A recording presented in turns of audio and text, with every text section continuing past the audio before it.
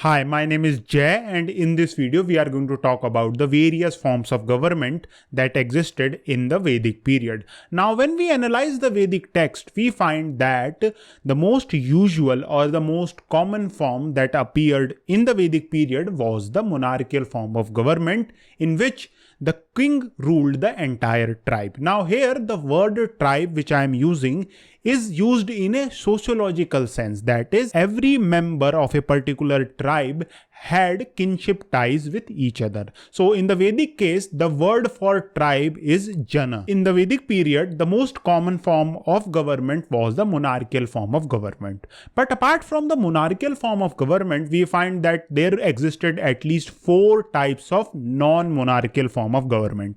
And in this video, we will talk about these 4 types of non-monarchical form of government in great detail. Now, of these 4, the first type of government which we can analyze from the Vedic text was the government in which a community appointed a person to rule the entire tribe. Now, the word for this person who was appointed by a community was Rajan. But he was not a hereditary ruler. That means he did not have the right to transfer his title of Rajan to his son.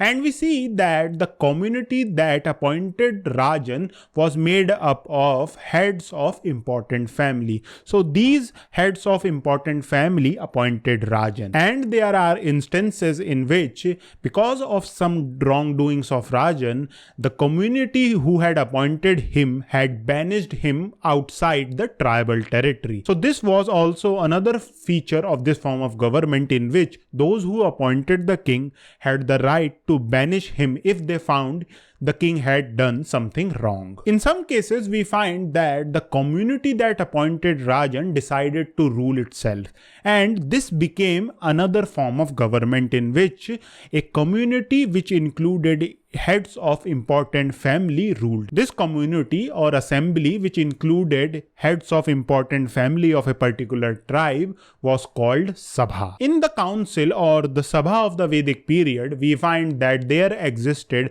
several grades of membership. So the ordinary member of the Sabha were allowed to sit in discussion and also take part in it, and he was called Sabhya. Now, of these ordinary members, some members are chosen to administer justice, and these were called Sabhasad. Then we have the person who was the president of the Sabha or the council. He was called Sabhapati. Now, when we analyze the Vedic literature, we do not know whether the title of the Sabhapati was hereditary or not, and we also do not know how long these members, particularly the Sabhasad and Sabhapati, were appointed. So these are the areas in which we do not know much about the particular aspect of the Sabha form of government. Then there was another form of government in which there was the Sabha, but apart from the Sabha, there was also a general assembly which was called Samiti. And the Samiti included all the head of the families of a particular tribe. So that means we have the Samiti, which was comprised of virtually all the members of a particular tribe. Then we have the Sabha, which included only some important members of the tribe. Now, in this form of government, we see that most of the power was controlled by Sabha. But Samiti existed to check the power of the Sabha. And in this form of government, we see that there were 3 important institutions. First was the Sena, which included all the male members of the tribe.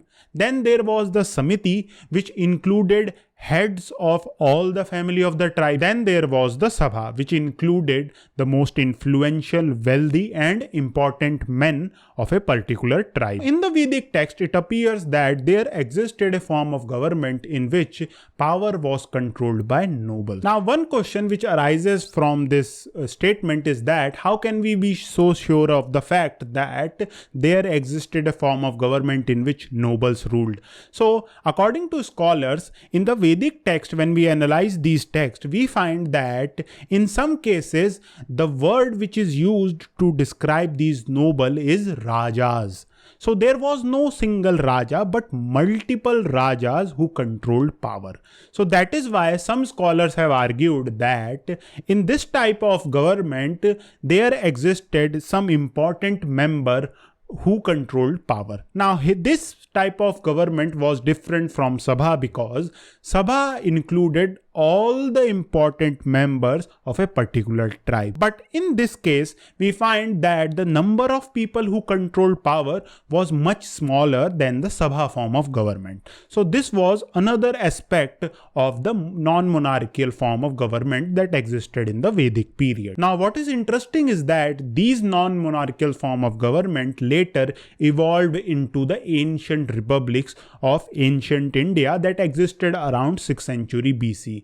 Now in the ancient text, these republics are called Gana or Sangha. And in the next video, we will talk about these ancient republics and we will find out whether there was democracy in ancient India or not. Thank you for watching.